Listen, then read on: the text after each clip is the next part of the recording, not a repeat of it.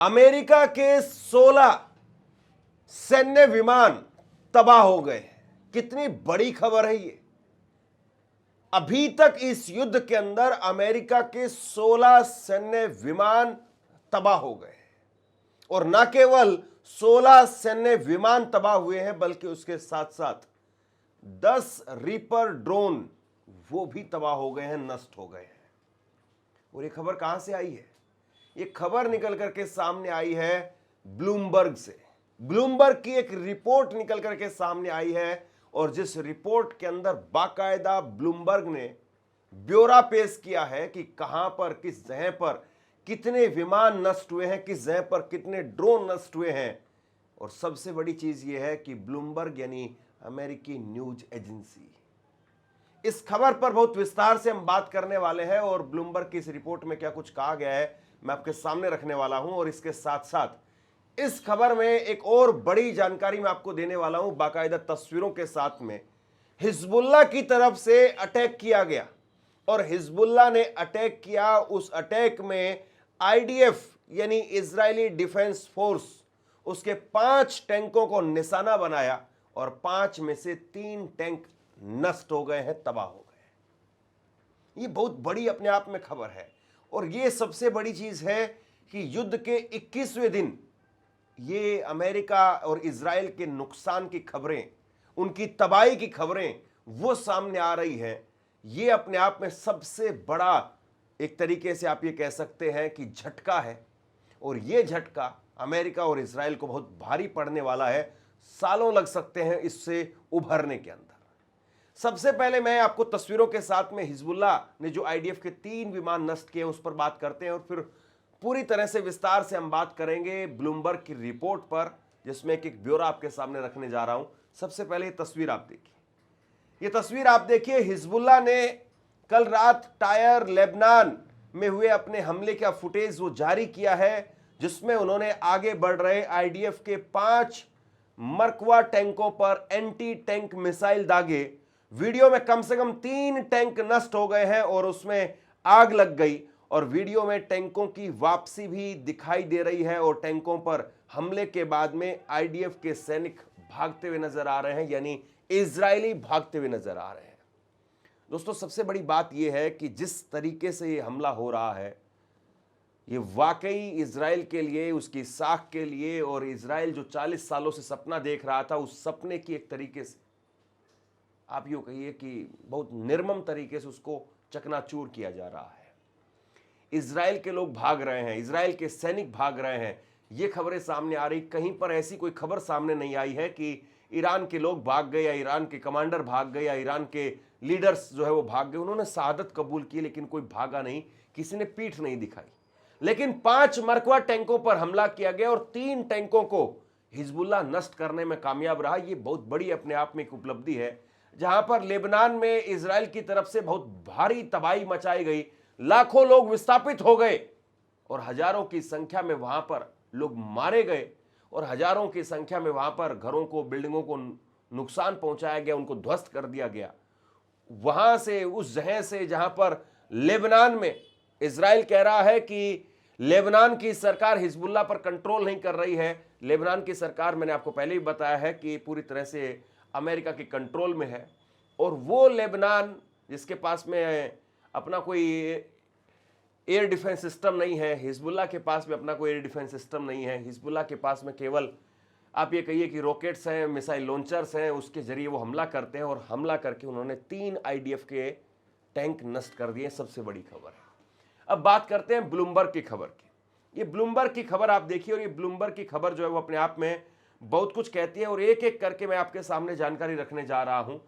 सबसे बड़ी बात यह है कि ब्लूमबर्ग ने जो ये दावा किया है या ब्लूमबर्ग ने जो संख्या पेश की है वो रिपोर्ट्स के आधार पर पेश की है। और बड़ी बात यह है कि इस पर जब यूएस सेंट्रल कमांड से जवाब जानना चाहा तो यूएस सेंट्रल कमांड ने जवाब नहीं दिया।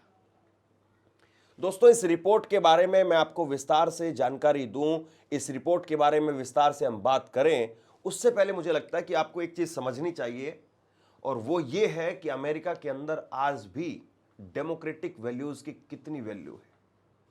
यानी आज भी वहां पर इंडिपेंडेंट मीडिया है, वहां पर डेमोक्रेटिक वैल्यू को समझने वाले लोग हैं। डोनाल्ड ट्रंप क्या कर रहे हैं क्या नहीं कर रहे हैं उससे पूरी अमेरिका को आप जज मत कीजिए। हाँ, ये सही है कि अमेरिका के अंदर जब जब जो राष्ट्रपति रहे उन्होंने अपने अपने कार्यकाल के अंदर दुनिया भर में तबाही मचाई है, उसमें से कुछ अच्छे लोग भी रहे हैं। लेकिन अभी भी डोनाल्ड ट्रंप के समय पर भी जब आपने वेनेजुएला के राष्ट्रपति को उठा लिया, ईरान में सुप्रीम लीडर को मार दिया, उस सबके बावजूद वहां की मीडिया वो काम कर रही है। वहां की मीडिया वो चरण चुंबक नहीं बन गई है, वहां की मीडिया वो रेंग नहीं रही है। युद्ध के समय पर भी वहां की मीडिया वहां की सरकार को नंगा कर रही है, एक्सपोज कर रही है। इस ब्लूमबर्ग की रिपोर्ट के अंदर कहा गया है कि साहब 28 फरवरी से लेकर के और 19 मार्च तक इन्होंने अमेरिका के 10 सैन्य विमान वो नष्ट करवा दिए। और ये अरबों रुपए में, अरबों खरबों रुपए में इसकी कीमत है, अरबों खरबों रुपए में। यानी एक एक विमान, कल एक F-35 वो मार गिराया जिसकी कीमत आप क्यों मान करके चलिए तकरीबन 100 करोड़ रुपए है। 100 मिलियन का वो कहा जाता है, नहीं 80-85 करोड़ रुपए, और बाकी उसमें हथियार भी लगे हुए होंगे और बाकी मॉडर्न टेक्नोलॉजी भी होगी। मोटे मोटे तौर पर 100 करोड़ रुपए का एक अकेला विमान। और ये ऐसे विमान जिस पर अमेरिका घमंड करता रहा है, ये ऐसे विमान जिसको अमेरिका नुमाइश के तौर पर पूरी दुनिया को दिखाता रहा है, उनको नष्ट कर दिया है। अब ये ब्लूमबर्ग की रिपोर्ट आप अपनी स्क्रीन पर देखिए। 28 फरवरी से लेकर के 19 मार्च तक कम से कम 16 अमेरिकी सैन्य विमान नष्ट हो चुके हैं। 10 रीपर स्ट्राइक ड्रोन भी अमेरिका के खाक हो चुके हैं, जबकि आधा दर्जन विमान हमलों में बुरी तरह से क्षतिग्रस्त हो चुके हैं। दो बातें यहां पर समझिए आप। ये जो 10 रीपर ड्रोन नष्ट किए गए हैं, इसके अलावा भी आधा दर्जन विमान ऐसे हैं जो उड़ नहीं पा रहे हैं। कल F-35 के बारे में भी अमेरिका की तरफ से यही कहा गया था कि हां, मिसाइल से हमला हुआ है, लेकिन वो हमने इमरजेंसी उसकी लैंडिंग करवा दी, वो विमान खत्म नहीं हुआ है। लेकिन पूरी दुनिया में अब अलग अलग जगह पर तकरीबन पुष्टि हो चुकी है कि उस विमान को मार दिया गया है। और देखिए साहब, ये अमेरिका और ईरान की ताकत को अगर आप एक तराजू में लेकर के तोलना चाहते हैं, अब कई सारे लोग ये कहेंगे कि शायद दोनों मुल्कों को एक साथ दिखाना या दोनों मुल्कों की सादत को एक साथ करके नापना ये अपने आप में जो वो अपमान होगा, लेकिन मैं फिर भी रखता हूं। एक तरफ वो अमेरिका है, एक तरफ वो इजराइल है जो अपने सैनिकों की सादत के बारे में सही सही खबर नहीं बता पा रहा है, जो अपने नुकसान के बारे में सही सही आकलन नहीं दे पा रहा है, जो अपने नुकसान के बारे में स्वीकार तक नहीं कर पा रहा है। और दूसरी तरफ वो ईरान है जो सुप्रीम लीडर की मौत को भी स्वीकार करता है, जो नेशनल सिक्योरिटी काउंसिल के सेक्रेटरी अली लारिजानी की मौत को भी स्वीकार करता है। एक तरफ वो मुल्क है जो सादत को नकार नहीं रहा है, छुपा नहीं रहा है, डर नहीं रहा है, हट नहीं रहा है, स्वीकार कर रहा है। और दूसरी तरफ वो मुल्क है जो किसी भी प्रकार से, किसी भी तरीके से सच्चाई सामने आने ही नहीं दे रहा है। और इजराइल के अंदर तो आप ये मान करके चलिए कि मीडिया के ऊपर बहुत प्रेशर है और वहां से खबरें निकाल पाना अपने आप में बहुत मुश्किल टास्क है। वहां से खबरें निकालने में पसीने छूट रहे हैं, वहां पर ग्राउंड पर रिपोर्टिंग की जो है वो अनुमति नहीं है। बहुत सारी वीडियोस पहले भी मैंने आपको दिखा चुका हूं कि कैसे रिपोर्टर्स ऑन कैमरा इस बात को स्वीकार करते हैं कि हमें दिखाने की अनुमति नहीं है। खैर, कुवैत में अब एक एक करके सुनिए जरा कहां कहां पर कितने कितने विमान नष्ट हुए हैं। कुवैत में 3 अमेरिकी F-15 विमान खाक हो चुके हैं। ईंधन भरने के अभियान के दौरान एक KC-135 टैंक के क्रैश होने की खबर सामने आई थी। और इसी विमान के अंदर आपको याद होगा 6 अमेरिकी सैनिकों की शहादत, और जिसको बाद में अमेरिका ने स्वीकार किया। तो ये कुवैत में तीन F-15 विमान जो है वो क्रैश हुए हैं। उसके अलावा KC-135 यानी 4 विमान टोटल हो गए। और KC-F-135 जो क्रैश हुआ था उसमें 6 चालक दल के सदस्य थे, सब मारे गए। खबरों के मुताबिक सऊदी अरब के एक हवाई अड्डे पर खड़े 5 अन्य KC-135 विमान ईरानी मिसाइल का शिकार बने हैं। अब ये जो एक बड़ी बात है, और ये ब्लूमबर्ग ने जिस बात की पुष्टि की है, ब्लूमबर्ग की तरफ से जो दावा किया गया है कि सऊदी अरब के हवाई अड्डे पर, ये बातें बहुत पहले से तैर रही थी लेकिन किसी ने इस पर मोहर नहीं लगाई थी, लेकिन ब्लूमबर्ग ने इस पर मोहर लगाई है। ये कहा जा रहा था कि सऊदी अरब के अंदर हवाई अड्डे पर खड़े हुए 5 विमान जो है वो मार गिराए गए हैं, लेकिन अब जो है वो ब्लूमबर्ग ने इसकी पुष्टि की है। 9 ड्रोन वो हवा के अंदर ही नष्ट हो गए और एक ड्रोन जॉर्डन के एक हवाई अड्डे पर बैलिस्टिक मिसाइल से उसको निशाना बनाया गया था।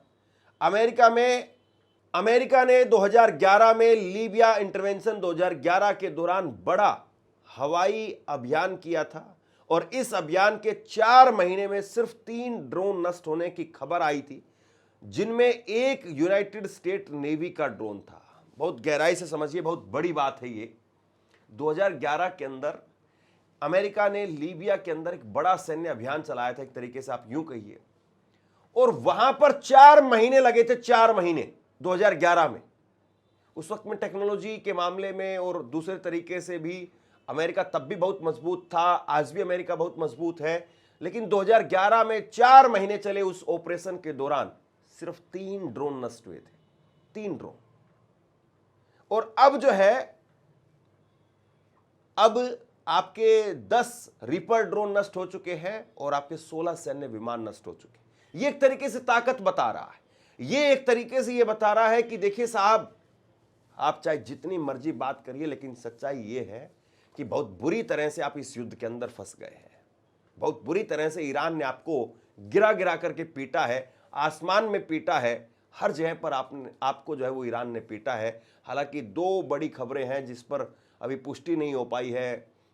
एक तरीके से आप ये कहिए कि अमेरिका के जंगी जहाज अब्राहम लिंकन, उनकी तस्वीर आजकल सामने नहीं आ रही है, और दूसरा जेराल्ड फोर्ड, जो रेड सी के पास में जो है जिसको लगाया गया था, वो कहा जा रहा है कि ग्रीस में भेज दिया गया है। तस्वीरें नहीं है, यानी जिनको आप बना करके लाए थे अपने माथे का तिलक, कहीं दिखाई नहीं दे रहे हैं, सब हवा में उड़ गए हैं।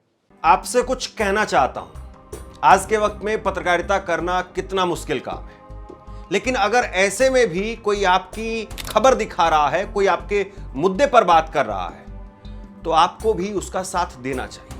अगर आपको लगता है कि मेरी पत्रकारिता सही है, मैं आपके लिए आपकी खबर वो दिखा रहा हूं, तो ऐसे में आप मेरा सहयोग कीजिए। आप इस वीडियो को जब लाइक करेंगे तो लाइक के साथ में ही एक थैंक्स का बटन आपको दिखाई देगा, उस थैंक्स के बटन पर आप क्लिक कीजिए और जो भी सहयोग राशि दे सकते हैं वो दीजिए।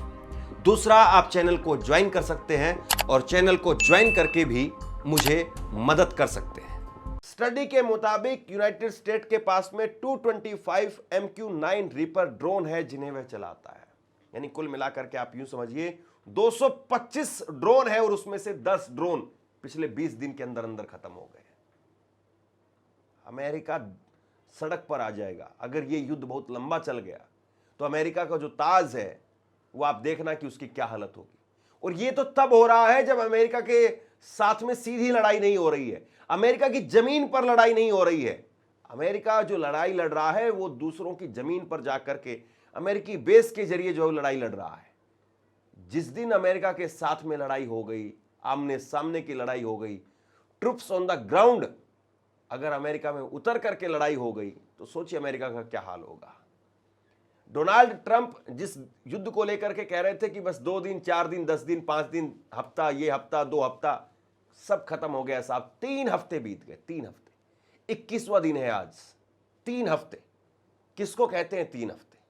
और अमेरिका इस रायते को समेट नहीं पा रहा है।